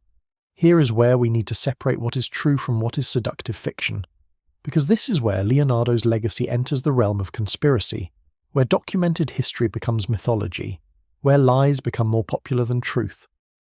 In 1967, a collection of documents appeared in the Bibliothèque Nationale in Paris. They were called the Dossiers Secrets, secret files. They claimed to be evidence of a secret society called the Priory of Sion, founded allegedly in 1099, dedicated to protecting the bloodline of Jesus Christ and Mary Magdalene. Members included some of history's greatest figures: Leonardo da Vinci, Isaac Newton, Nicholas Flamel, various kings and nobles. The documents claim that Leonardo was one of the Priory's Grand Masters, that his paintings contained coded messages revealing the truth about Christ's bloodline, that the Virgin of the Rocks, the Mona Lisa, the Last Supper, all of them were visual records of esoteric knowledge, that Leonardo was working for a secret society to preserve and protect information that the Church wanted to suppress. It was extraordinary, sensational, seductive, and it was completely fabricated. In 1982, 3 authors named Michael Bagant, Richard Lee, and Henry Lincoln published a book called The Holy Fluid and the Holy Grail. It took the dossier secrets as historical evidence and expanded them into an elaborate narrative. The book became a bestseller. Millions of people read it and believed that the bloodline of Jesus had been hidden by a secret society for nearly 2,000 years. Then, in 2003, Dan Brown published The Da Vinci Code, a thriller based directly on the premise of The Holy Fluid and the Holy Grail. Leonardo's paintings were deciphered. The Mona Lisa was revealed to be hiding the image of a woman. The Last Supper was full of coded meanings. The Priory of Sion was real. It was all real, and it was all connected. Over 100 million copies of the Da Vinci Code were sold. It was translated into more languages than any other novel ever published. Museums created special exhibitions to debunk the theories. Art historians wrote books explaining what the paintings actually meant. Nobody could escape it. And then, in 1993, under oath in a French court, Pierre Plantard, the man who had originally created and distributed the dossier's secrets, admitted that he had fabricated the entire thing, that the Priory of Sion was his invention, that there was no secret society, no bloodline, no hidden knowledge. He made it up, he forged the documents, he planted them in the National Library, and then he watched as scholars, authors and filmmakers spent decades building an entire mythology on his lies. But here's the strange thing. Even after the confession, even after the documentary evidence that it was a hoax, even after Plantard's explicit admission, millions of people continued to believe in the Priory of Sion, continued to see Leonardo's paintings as vessels of secret knowledge, continued to believe that the Church had suppressed some fundamental truth about human history. Why? Because the lie was more satisfying than the truth. Because the idea of hidden knowledge is more thrilling than the reality of fragmented history and lost manuscripts. Because conspiracy is more elegant than accident. And Leonardo's legacy, his actual paintings, his actual thoughts, his actual genius, got buried under the mythology. People looked at the Mona Lisa not to see what Leonardo actually created, but to find the hidden codes that don't exist, to confirm theories that have been explicitly disproven, to connect Leonardo to a fictional organization that he never joined. This is what happens to genius in the modern age. It becomes mythology, it becomes conspiracy, it becomes entertainment. The documented facts are these. The Priory of Sion was created by Pierre Plantard in the 1950s. The dossier secrets were forged. No secret society protected Leonardo. No bloodline of Christ was hidden. The conspiracy theory was a hoax. But the mythology lives. The books continue to be sold. The theories continue to spread. And Leonardo's paintings remain beautiful, mysterious, profound. Not because they're hiding secret codes, but because Leonardo was perhaps the most talented visual thinker in human history. Not because they're part of some conspiracy, but because they're what remains of a man who tried to understand everything. Section 13. The Church's actual suppression. Subtle, effective, documented. Now, having said all that, having definitively stated that the Priory of Sion is a hoax, we need to acknowledge something else. The Church did, in fact, suppress Leonardo's work, just not through dramatic conspiracies, through bureaucracy, through authority, through the simple power to say no. Leonardo was never carried out, never harsh methods, never imprisoned for heresy. He was never burned at the stake or exiled or forced to recant, but he was constrained, watched. His anatomical studies were shut down by papal decree, his dissections were forbidden, his speculations about the physical nature of consciousness were deemed dangerous. Most significantly, his anatomical notebooks were never published during his lifetime. They were scattered after his passing, and many pages were lost entirely. Modern scholars believe that entire sections of his anatomical work, drawings, theories, discoveries, are simply gone, destroyed or hidden or lost by accident. Was this the Church's doing? Directly? We don't know, but it happened in the context of church power. It happened because an institution that feared his ideas had the authority to prevent their dissemination. It happened because Leonardo, for all his genius, was still subject to forces larger than himself. Forces that decided what knowledge should be public and what knowledge should remain hidden. This is what actual suppression looks like. Not dramatic, not theatrical, not involving secret societies and mystical bloodlines. Just quiet institutional power. Just the effective prevention of ideas from reaching the world. Microhook 9, approximately 500 words covered equals 4,500 total. Section 14, what Leonardo actually believed. One of the great mysteries of Leonardo's life is this. We don't really know what he believed. He left no personal testimony about his faith, no statements about God, no declarations of belief or doubt. He filled 7,000 pages of notebooks with observations and theories and designs and calculations, but he wrote almost nothing about what he actually thought about the divine. He wasn't an atheist. He designed churches. He accepted papal patronage. He painted religious images his entire life. But he also conducted secret dissections. He studied anatomy at night.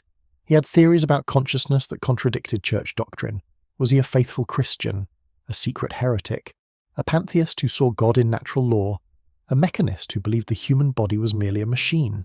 A Neoplatonist who believed that truth could be found in human reason and ancient philosophy rather than in scripture? We don't know, because he never told us. This silence itself is meaningful.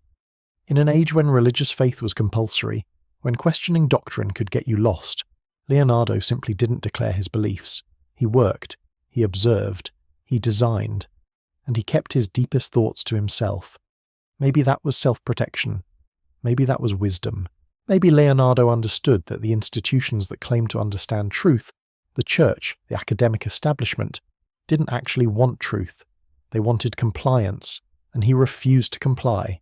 So he hid, not dramatically, not through secret societies, but through the simple, effective strategy of never revealing what he actually thought. The paintings are what remains, and they are theologically ambiguous. The Virgin of the Rocks is strangely composed, pointing at the wrong infant, set in a cave, full of unclear symbolism. The Mona Lisa smiles with an unknowable smile. The Last Supper shows Christ announcing betrayal rather than offering salvation. The St. John the Baptist is so androgynous that you can't quite tell if it's male or female. These paintings raise questions, they don't answer them, and that ambiguity, that refusal to be definitively interpreted, may be the most radical thing Leonardo did. He created works of art that resist meaning, that defeat interpretation, that remain mysterious even after 500 years of scrutiny. The Church wants art to mean something specific, to reinforce doctrine, to make the believer feel certain. Leonardo's art does the opposite. It makes you uncertain. It makes you wonder. It makes you sit with mystery. Perhaps that's the real code. Not hidden letters in the eyes, not musical notes in the bread, but the simple fact that a genius spent his lifetime creating images that can't be fully understood, that can't be controlled, that remain alive precisely because they resist all attempts at final explanation. Section 15. The manuscripts scattered, then reassembled. The survival of knowledge. After Melzi's passing, the manuscripts were scattered. Some went to the Medici, some to private collectors, some were lost in wars, fires, floods. Pages that Leonardo filled with genius were used to wrap cheese, to line shelves, to fuel fires, to be thrown away. But enough survived. Enough scattered pages have been recovered and compiled. The Codex Atlanticus, over 1,000 pages collected and organised. The Codex Leicester, now owned by Bill Gates. The Codex Arundel in the British Library. Pages scattered in museums and private collections and university libraries across the world. What this means is that Leonardo's legacy exists in fragmentation. No single institution controls it. No single person owns the complete body of his work. It's distributed, dispersed, democratic in a sense. Every time a researcher publishes a new analysis of Leonardo's anatomical drawings, they're contributing to the reassembly. Every time a museum publishes high-resolution images of a Leonardo painting, they're making his work more accessible. Every time a historian traces the provenance of a notebook or compares textual evidence, they're slowly reconstructing the man. This fragmentation is, in a way, protective. If all of Leonardo's work had been controlled by a single institution, the church, the state, a wealthy family, it could have been suppressed entirely. But because it was scattered, because it was lost and recovered multiple times, because pieces of it ended up in 1,000 different places, it became impossible to destroy. Knowledge, once it's released into the world, is very hard to suppress. You can ban books, you can forbid dissection, you can silence individual voices, but if that knowledge is fragmented, scattered across multiple copies and multiple locations, it becomes resilient. It survives through redundancy, through distribution, through the sheer luck and accident of history. This is why Leonardo's work survived the centuries, not because he was protected, but because he was scattered. And fragments, scattered widely enough, resist destruction.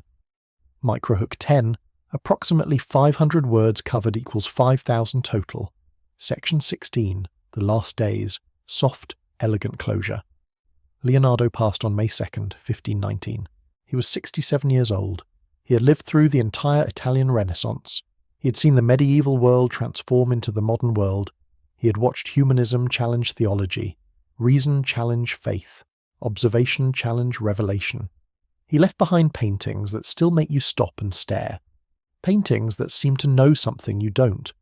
Paintings that have been analysed and interpreted and argued about for 500 years without anyone quite agreeing on what they mean. He left behind notebooks, 7,000 pages, full of ideas that wouldn't be fully understood for centuries. Flying machines that anticipated aviation, tanks that anticipated warfare, medical discoveries that anticipated modern science, engineering principles that are still taught. He left behind a legacy that has been more mythologized and more conspiritualized than almost any figure in history. And yet the documented facts, the actual things we know about him, not the hoaxes and conspiracy theories, but the real, proven, verified facts, are more remarkable than any fiction. He was a man who wasn't supposed to exist, an illegitimate child in a world where legitimacy mattered, a left-handed person in a world that assumed right-handedness, a man who believed in observation over revelation in an age of faith, a person who asked questions that the institutional powers of his time did not want to hear asked, and he survived. He created. He left behind work that is still speaking to us 500 years later, not because he was part of a secret society, not because he was protecting a hidden bloodline, but because he was genuinely, extraordinarily, almost inhumanly brilliant. The paintings will continue to be analysed. The conspiracy theories will continue to be believed by people who find them more satisfying than truth. The documents will continue to be debated. But underneath all of that, underneath the mythology and the conspiracy and the speculation, there is something simple and powerful. There is the fact of what he actually created, the beauty of what he actually saw, the depth of his actual thought. And that is enough. Closing. Soft, drifting, sleep-ready. When you look at the Mona Lisa now, really look at it, not the reproduction in a textbook, but stand in front of the original in the Louvre and let your eyes rest on it. What do you see? A woman, perhaps, a portrait, a demonstration of technique, a mystery, a code, a message, a ghost, history, art, genius rendered in oil and pigment. Or you might see, if you let yourself rest into it the way you're resting now into sleep, something simpler. You might see a moment. A man and woman separated by centuries, separated by passing, separated by the absolute gulf between observer and observed. A moment of contact that transcends time because he captured something eternal. The paintings are still there, the notebooks are still being discovered and studied and analysed. The mysteries remain. And Leonardo, the illegitimate child of Vinci, the man who dissected corpses by candlelight and wrote backwards to hide his thoughts, the genius who escaped every institution that tried to contain him, he remains what he always was, a mirror. And what we see reflected in his work is a choice. The choice to look closely, to question, to observe without accepting easy answers, to create without needing approval, to live and to have died on his own terms. His last day was May 2nd, 1519. His last painting was St. John the Baptist pointing upward. His last thought is lost to us, but his work remains, incomplete, unfinished, still speaking, still asking, still pointing upward towards something we haven't quite seen yet. End run time. Approximately 45 to 50 minutes of voiceover words, and so we arrive at the moment that separates the man from the legend. May 2nd, 1519. Leonardo da Vinci, 67 years old, closes his eyes for the last time in the Château du Clos-Lucé in Amboise, in the Loire Valley of France. His hand, the hand that had drawn the human heart with precision centuries ahead of its time, the hand that had sketched flying machines and anatomical wonders and the faces of angels, falls still, and in that moment, the world loses the greatest mind of the Renaissance. The candles guttered, the bells tolled. The king was elsewhere, celebrating the birth of his second son, not present for Leonardo's final moment, despite the romantic legend that would later claim he held the fading master's head. And in that moment, the story, the real story, the one that would echo through 500 years, was just beginning. Because Leonardo's passing did not end his influence, it transformed it. It moved his work from the realm of the living, the changing, the interactive, into the realm of the preserved, the studied, the mythologized. What was alive became eternal. What was present became absent. What was one man's private notebooks became the whole world's collective mystery. Leonardo's will was simple: written in his own hand on April 23rd, 1519, just days before he passed. All his manuscripts, all his sketchbooks, all his sketches, all the accumulated knowledge of a lifetime, 7,200 pages of chaotic, brilliant, often incomprehensible notes, sketches, mathematical calculations, anatomical drawings, designs for machines that existed nowhere but in his imagination, he left to one person. Francesco Melzi, his student, his companion, the man he had lived with for years, the only one he trusted with the weight of his genius. Imagine receiving such an inheritance, not gold, not land, not paintings already finished and valued by the market, but notebooks, thousands of pages of mirror writing, drawings of things that don't exist, calculations that seem to go nowhere, mathematical problems that have no solutions, scientific observations that won't be verified until centuries have passed. Imagine being the person responsible for preserving that, for understanding it, for ensuring that it doesn't disappear from the world. Francesco Melzi understood what he had inherited. He was perhaps the only person on earth who could understand. He had worked closely with Leonardo for years. He had studied under him. He had learned his methods. He had seen his process. He held in his hands the accumulated thoughts of the most extraordinary mind in human history. Thousands of pages filled with mirror writing, with anatomical drawings that wouldn't be understood for centuries, with designs for machines that wouldn't be built for hundreds of years, with observations about light and perspective and the human face that were so precise, they seemed almost prophetic. Melzi knew their value, not their market value. He understood that they were probably not valuable in monetary terms. But he understood their intellectual value. He understood that he was holding something precious and fragile. He understood that what Leonardo had written down in those notebooks represented ideas that no one else had thought yet, ideas that were ahead of their time, ideas that would need centuries to be understood. And so Melzi spent his life trying to organize them, trying to make sense of them, trying to categorize the chaos that Leonardo had left behind. Some historians say Melzi never fully succeeded, but he tried. He devoted his remaining decades to the work of preservation. He compiled sections of Leonardo's notes into coherent manuscripts. He created the Codex Urbanus, a compilation of Leonardo's writings on painting and art theory. He put order where there had been only brilliant chaos. Melzi created what he called the Codex Urbanus. It was his attempt, heroic and imperfect, to compile Leonardo's notes on painting and create something coherent from the chaos. The result would later be published as the Treatise on Painting, and it became the first organized collection of Leonardo's philosophical and technical writings. It was the first time the world could read Leonardo's theories about art, his understanding of how painting worked, his observations about light and color and perspective. Without Melzi's work, almost everything Leonardo wrote would have been lost. Without Melzi, there would be no Leonardo as we know him today. There would be just fragments, scattered pages, the possibility of forgotten genius, but no proof of it. Melzi preserved not just the content of Leonardo's thoughts, but the possibility of understanding them. He ensured that future generations would have access to the mind of the greatest artist-scientist who'd ever lived. He made it possible for us, 500 years later, to read Leonardo's own words about his own work. He made Leonardo immortal in the way that matters, not through monuments or statues, but through the preservation of his actual thought. And then, in 1570, Francesco Melzi passed. He was an old man. He had given his life to the work of preserving Leonardo's legacy. He had organized the notebooks. He had created the Codex Urbanus. He had ensured that Leonardo's work would not be completely lost. His son Orazio inherited the manuscripts, and here is where something tragic and human and deeply sad occurs. Something that illustrates the fragility of human knowledge, the contingency of history, how easily genius can be lost if it depends on a single person's understanding and care.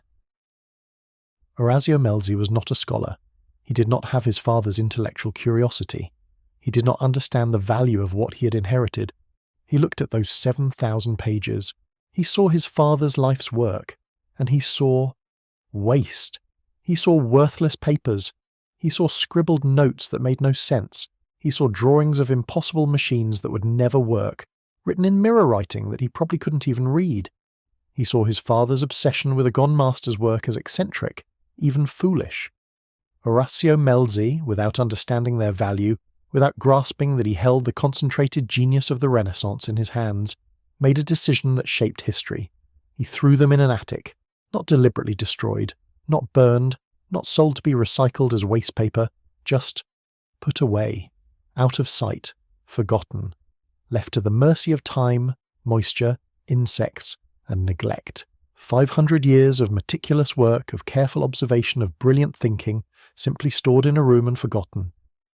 For decades, Leonardo's notebooks sat in that attic. They gathered dust. Pages yellowed and brittled. The leather bindings deteriorated. Insects made their homes in the pages. Some were sold to dealers who didn't know what they had. Some were stolen by people who hoped they might be valuable but couldn't read the mirror writing. Some were given away as curiosities to anyone who wanted them. Some were lost entirely, their contents forever erased from human knowledge. The machinery that would preserve fragile documents would not exist for another century. The scholarship that would understand them would not exist for another 2 centuries, and in the meantime irreplaceable pages disappeared. And so began what historians call the manuscript dispersal, the scattering of Leonardo's legacy across Europe like seeds blown on a winter wind, destined to land in different soils, to grow in different ways, to eventually be reassembled by people who would never know his voice. But the dispersal was not a deliberate scattering. It was a collapse, a fragmentation, a loss of coherence. What Melzi had spent his life trying to organise was suddenly chaos again.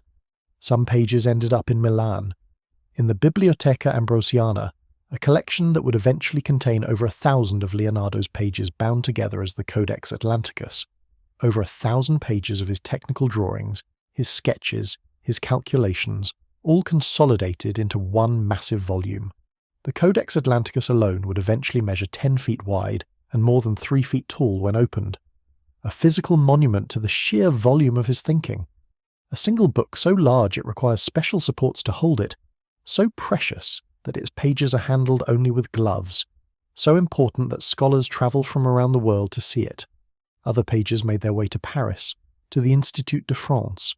These would be bound into various codexes: Codex A, Codex B, Codex C, Codex D, Codex E, and many others beyond the alphabet, each named simply by letter, each containing fragments of Leonardo's mind. Pages on hydraulics and the movement of water through channels and over obstacles, pages on botany and the structure of plants and the circulation of sap, pages on the movement of water itself, endless observations about rivers and floods and the properties of liquid, pages on geometry and mathematics and the properties of light, pages on the structure of the human head, pages on the proportions of the face, pages on beauty and perception and the way the eye sees. Some pages, tragically, were cut up. Dealers dismantled the original notebooks, separating individual pages from their bindings, selling them one at a time to collectors who wanted a sketch of a machine or a study of a face. A single page containing anatomical drawings might be separated from the pages before and after it, losing the context, the progression of thought, the flow of Leonardo's investigation. The beautiful organization that Melzi had attempted to create was destroyed. Leonardo's thoughts were scattered not just across Europe, but across individual collections, individual homes, individual private libraries. Someone in Florence might own a page of Leonardo's handwriting without knowing what was on the pages that came before it or after it. Pages appeared in Windsor Castle, where the British Royal Collection held hundreds of Leonardo's drawings, anatomical studies showing the structure of the human leg, the configuration of muscles and tendons, architectural designs for churches and fortifications, landscape sketches from his travels. These were so precious, so carefully guarded, that many were not properly studied until the 20th century, when scholars were finally allowed full access to examine them. Other pages made their way to the British Library, where they were catalogued and preserved among thousands of other manuscripts, to the Victoria and Albert Museum, where they were displayed and examined by artists and historians, to private collections in Venice and Rome and Florence, where they might be seen by 1 or 2 people per generation. The geographic dispersal was complete. Leonardo's notebooks had become like the fragments of a shattered mirror, each piece reflecting different aspects of his genius, but the unified image forever broken. For nearly 300 years, Leonardo's scientific work remained unknown to the world, hidden, not deliberately suppressed, but hidden by the simple fact of geographic dispersal, by the barrier of mirror writing, by the lack of organisation, by the sheer difficulty of accessing and reading notebooks scattered across multiple countries and private collections. The anatomical discoveries he had made were locked away in mirror writing that few could read. His drawings of the human heart, showing the 4 chambers with precision that wouldn't be confirmed until modern anatomy, were in some archive, unknown, unused. His observations about the circulation of blood, his theories about how the body worked, all preserved in drawings and notes that no one was stufading. The mechanical designs remained theoretical sketches that no one understood. His designs for the ornithopter, his drawings for the armoured vehicle, his sketches of gears and pulleys and mechanical systems, all of these remained incomprehensible until someone had the technical knowledge and the access to the documents to understand them. The inventions that might have changed history remained hidden in forgotten libraries, and even if someone had found them, would they have understood? The ornithopter design assumes an understanding of aerodynamics that didn't exist until the 20th century. The tank design assumes materials and manufacturing processes that didn't exist in the 19th century. The helicopter assumes an engine powerful enough to lift it, something that wouldn't exist until centuries later. So the world thought of Leonardo as a painter. As a genius, yes, but primarily a painter. The greatest painter who ever lived, perhaps, but a painter nonetheless. The depth of his scientific thinking, the breadth of his engineering imagination, the revolutionary nature of his anatomical observations, all of this was lost to history for 3 centuries. Hidden not by deliberate suppression, but by the simple fragility of knowledge, the dependence of transmission on physical documents, on readers who could understand them, on preservation through centuries of neglect. It was not until the 19th century, when serious scholars began systematically locating and stufolding the surviving manuscripts, that Leonardo's true scope began to be understood. Historians travelled to different cities, to different libraries, to different private collections. They tracked down the scattered pages. They attempted to catalogue them. They began to realise that there was vastly more Leonardo than anyone had known, that the notebooks contained not just artistic theory, but scientific investigation, not just sketches, but engineering, not just observations, but systematic thinking. By 1894, a century and a half after Orazio had thrown the manuscripts in the attic, historians had documented all surviving Leonardo notebooks. They created catalogues. They began the painstaking work of transcribing the mirror writing, learning to read his left-handed script, understanding how he had written, what he had been thinking. They began to understand that the man they thought they knew was only a fragment of the real Leonardo, that there was another Leonardo, a vast and hidden Leonardo waiting in the archives, that there was as much of Leonardo in the notebooks as in all his paintings combined. And then, in the 20th century, something changed. Technology made it possible to study these fragile documents without destroying them. Microfilm was invented. Photography improved. Scholars could now photograph pages without handling them repeatedly. Scholars from around the world devoted their lives to deciphering the notebooks. They learned mirror writing. They learned to read Leonardo's shorthand. They learned to understand the context and progression of his thinking. The Codex Atlanticus, that enormous collection of technical drawings, was finally properly organised and studied. Its 1,000 pages revealed a Leonardo who was as much engineer and scientist as artist. Pages showing water systems, pages showing fortification designs, pages showing mechanical principles, pages showing anatomical studies, all bound together, all preserved, all waiting to be understood. In 1939, the Codex Atlanticus was comprehensively compiled and documented. The full extent of Leonardo's technical work became visible for the first time in 400 years. The world began to understand that it had been looking at only half of Leonardo, that there was another dimension to his genius, hidden in notebooks, waiting to be rediscovered, that Leonardo was not just a painter, not just an artist. He was a systems thinker, an engineer, a scientist, someone whose thinking ranged across every domain of human knowledge. But the notebooks remained scattered. They were in Paris and London and Milan and Windsor and Florence and Rome. They were in different languages, different scripts, different states of preservation. Some pages were damaged by water, by insects, by the simple passage of centuries. Some were faded, the ink nearly invisible. Some were still difficult to read even with modern technology, the handwriting so small, so hasty. so compressed that it challenged human patience. The geographical dispersal of Leonardo's work meant that no single institution, no single scholar could see the whole picture. The unified vision that Leonardo had possessed was still fragmented. The knowledge he had possessed could not be possessed by anyone else, because it was split across continents and centuries and different archival systems. And yet, gradually, slowly, through the work of patient scholars, a picture began to emerge.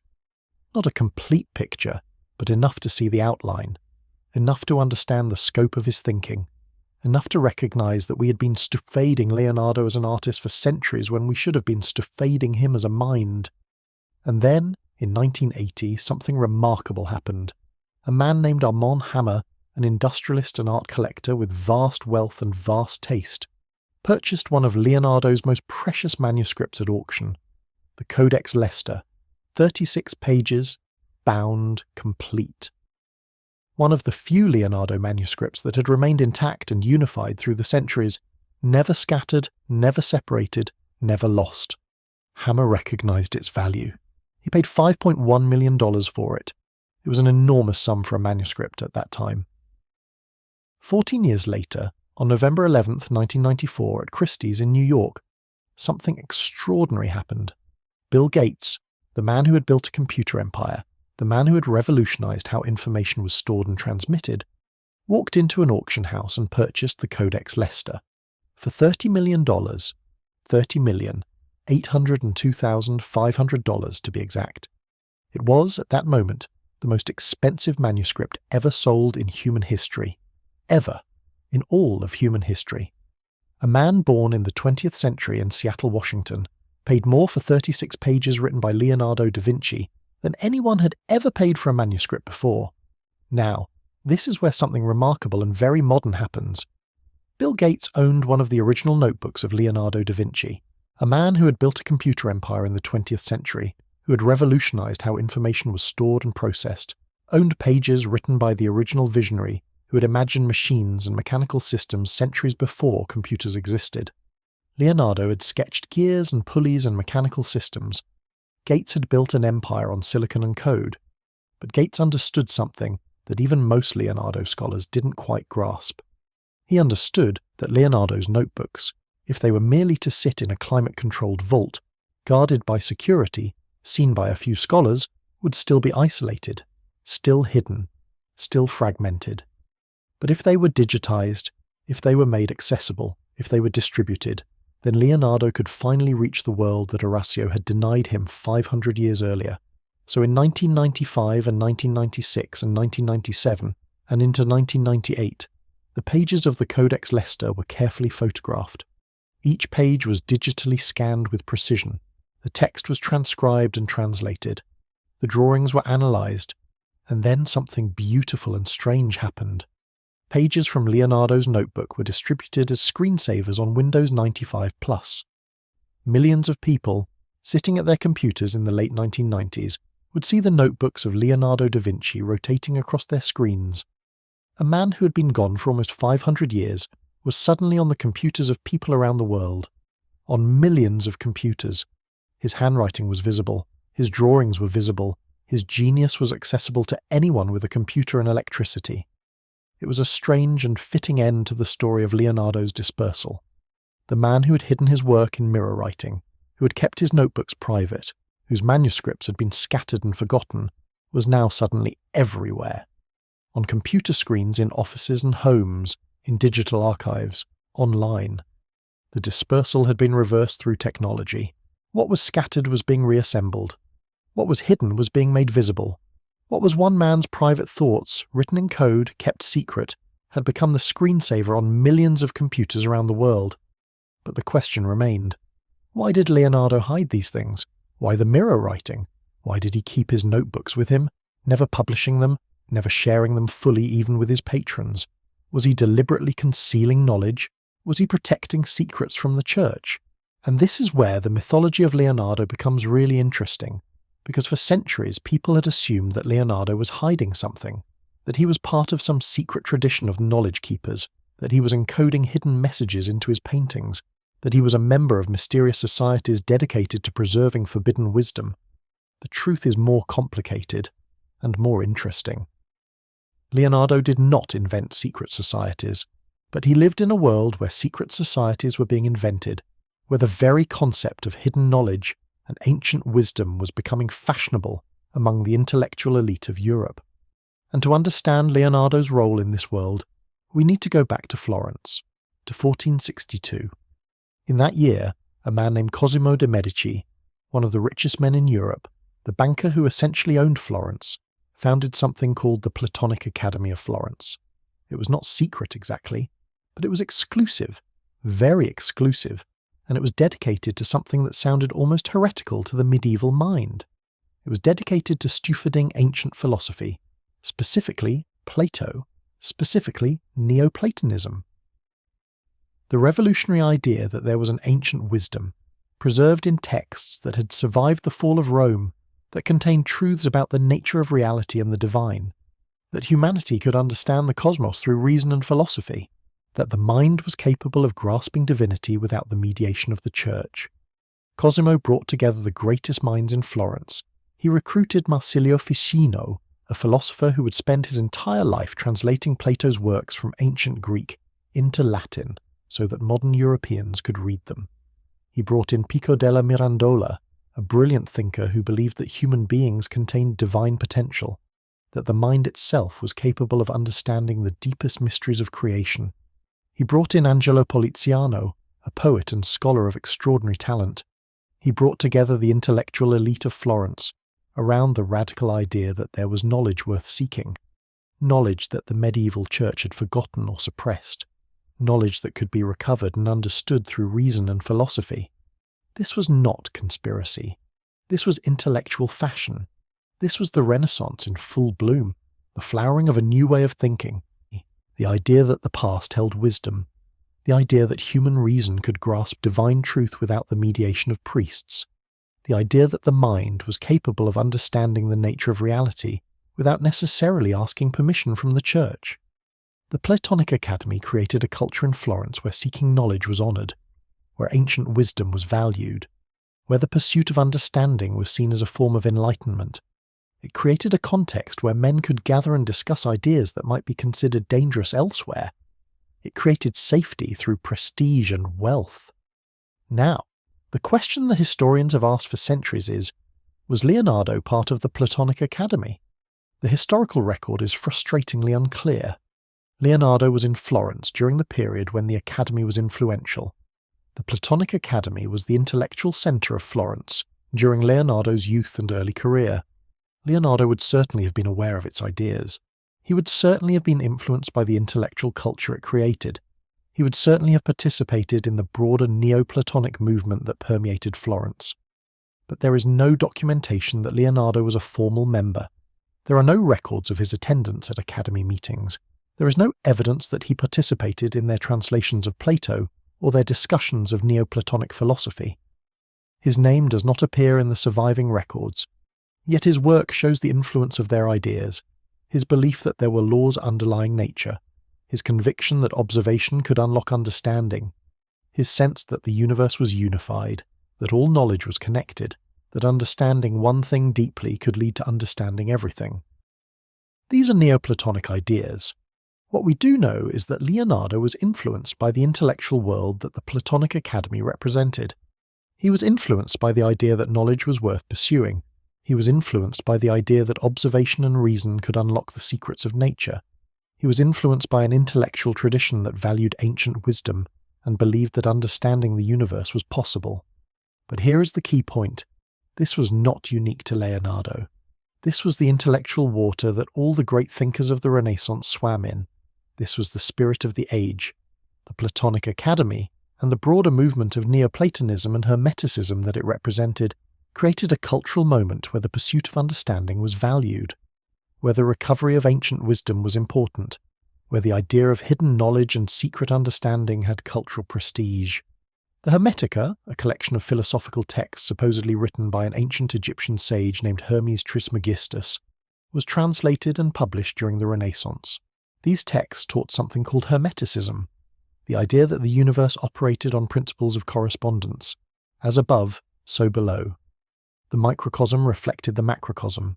The human being was a small universe, reflecting the larger universe around it. Everything was connected. Everything reflected everything else.